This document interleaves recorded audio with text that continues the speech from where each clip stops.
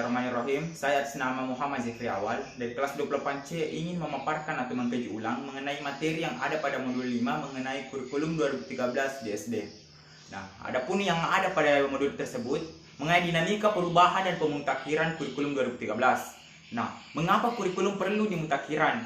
Nah, perangkat kurikulum 2013 baik sebelum maupun sesudah mengalami perubahan mencakup beberapa dokumen, yaitu terdiri atas yang pertama standar kompetensi lulusan, yang kedua kerangka dasar kurikulum, yang ketiga struktur kurikulum, dan yang keempat silabus, yang keempat rencana pelaksanaan pembelajaran, yang keenam buku pedoman, yang ketujuh buku teks pelajaran. Pada perubahan dan pemutakhiran kurikulum 2013 yang telah dilaksanakan, penamaan kurikulum, standar kompetensi lulusan, dan kerangka dasar kurikulum tidak mengalami perubahan. Sedangkan pada struktur kurikulum terjadi perubahan, khususnya penataan ulang kompetensi inti, kompetensi dasar, dan silabus. Demikian pula pada konteks pembelajaran, penilaian, dan buku teks pelajaran. Hal itu juga terdapat penyesuaian-penyesuaian. Nah, yang ketiga yaitu isu krusial tentang hasil perbaikan kurikulum. Nah, adapun hasilnya yaitu yang pertama, perubahan nama kurikulum, yang kedua, perubahan nama mata pelajaran, dan yang ketiga, jumlah jam pelajaran tidak mengalami perubahan. Nah, data tersebut diperkuat hasil pembahasan perbaikan kurikulum 2013 sejak bulan November 2015 menunjukkan gambaran tidak ada kemauan kebijakan yang akan mengubah, terutama standar kompetensi lulusan atau SKL, kompetensi inti atau KI, sebagai organisasi pengikat dan kerangka dasar dan struktur kurikulum. Nah, ya. Adapun apa esensinya dalam pelatihan guru? Perlu mengetahui semangat perubahan dan pemutakhiran kurikulum. Nah, guru merupakan duta bangsa, meminjam istilah Mendikbud Anies Baswedan apabila kepadanya ditorehkan predikat atau pelukis masa depan bangsa.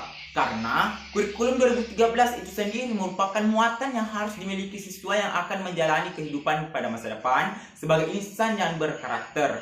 Nah, berkembang dalam masyarakat dan akan membangun masyarakat dalam ekosistem pendidikan dan kebudayaan yang berkarakter, berlandaskan semangat gotong royong. Di samping juga bahwa pengalaman dalam mengikuti pelatihan kurikulum 2013 itu sendiri akan lebih bermakna apabila dapat menginspirasi semua pemangku kepentingan untuk meningkatkan mutu pendidikan khususnya di Republik Indonesia tercinta ini.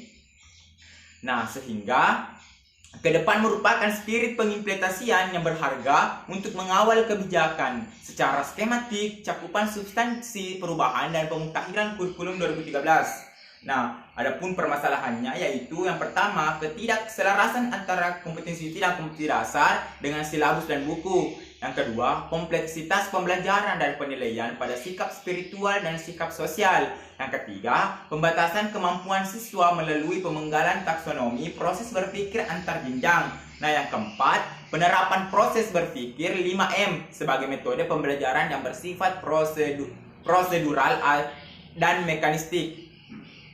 Nah, adapun hasil perbaikannya yaitu yang pertama, koherensi kompetensi dasar dan penyelaraan dokumen, penataan kompetensi sikap spiritual dan sikap sosial pada semua mata pelajaran. Yang ketiga, penataan kompetensi yang tidak dibatasi oleh pemanggalan taksonomi proses berpikir. Yang keempat, pemberian ruang kreatif kepada guru dalam mengimplementasikan kurikulum. Nah, itulah tadi penjelasan atau pemaparan saya mengenai modul 5 yang telah saya jelaskan atau yang telah saya kaji sendiri. Nah, semoga bermanfaat. Yakinkan dengan iman, usahakan dan ilmu sampaikan dengan amal. Yakin usaha sampai. Assalamualaikum warahmatullahi wabarakatuh.